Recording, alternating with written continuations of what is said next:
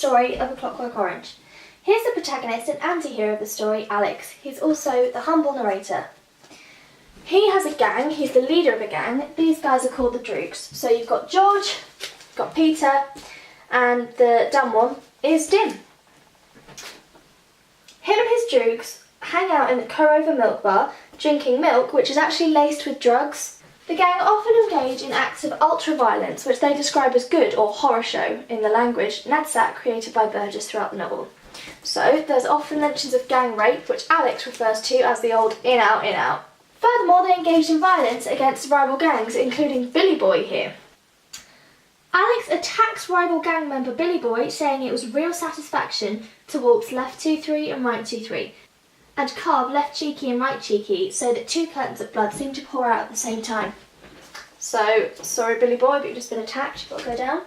There is a change of setting as the Droogs find themselves in a country cottage. In this cottage, Alex and the Droogs attack this man here, F. Alexander, and rape and attack his wife. After they've been to the cottage, Dim is offending an opera, which Alex really likes, because Alex really likes music, which will come significant later. He really likes classical music, including Beethoven. But Alex attacks Dim. No, bye Dim. This is ridiculous. So Alex attacked Dim, who offended opera to regain power.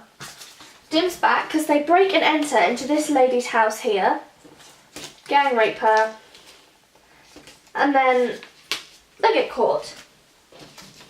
We later find out that this female victim of gang rape and attack was killed. So Alex is sent to prison for the accidental killing of a person. Unfortunately, the police are merciless and oppressive, and they do everything in their power, which is quite a lot of power, to make Alex's life a living hell. Instead of spending time with the police, Alex prefers to spend time with the chaplain. Alex and the chaplain spend a lot of time together. Alex likes spending time with the chaplain due to the fact that he can read the Bible and listen to music.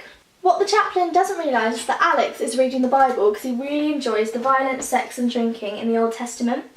This could draw upon Burgess's own views as a Catholic, because some say the focus on humanity as fundamentally inclined towards violence is rooted in the Catholic idea of original sin.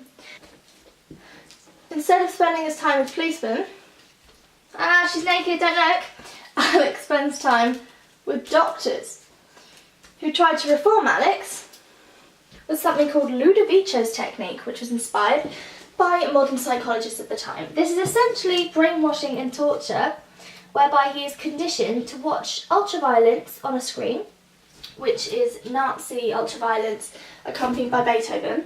Alex is injected with all kinds of things that basically try to make him respond to ultraviolence with nausea and to make him feel sick every time he sees something really violent.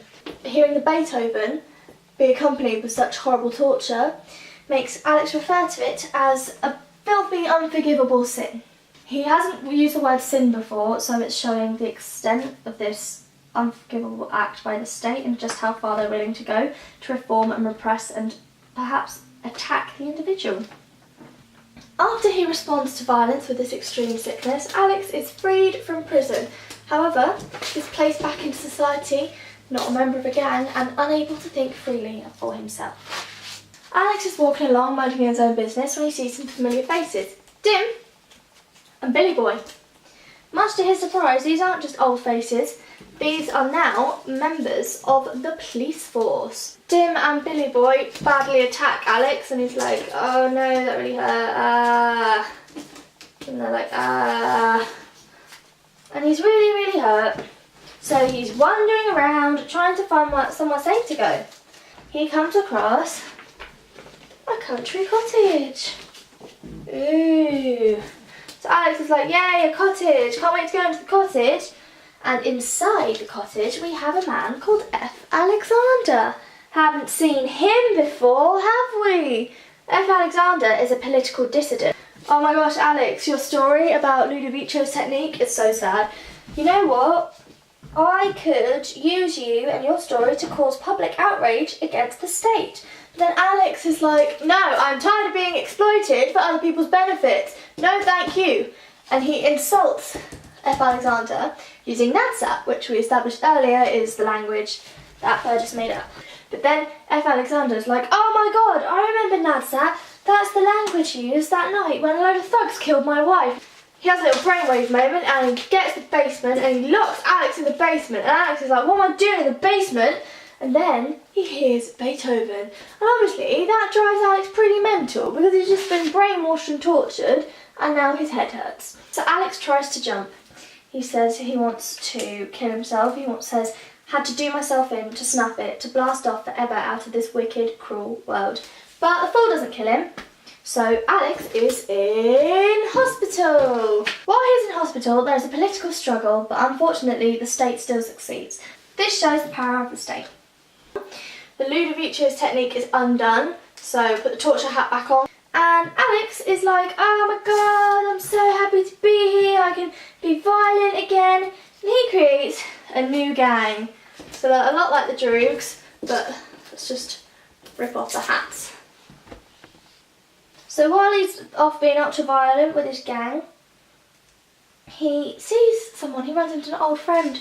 Hey, look, it's Pete. And Pete says, hello Alex, I am all normal now. I have a normal family and a normal life. I have children. Do you have children, Alex? And then it leaves Alex with one thought.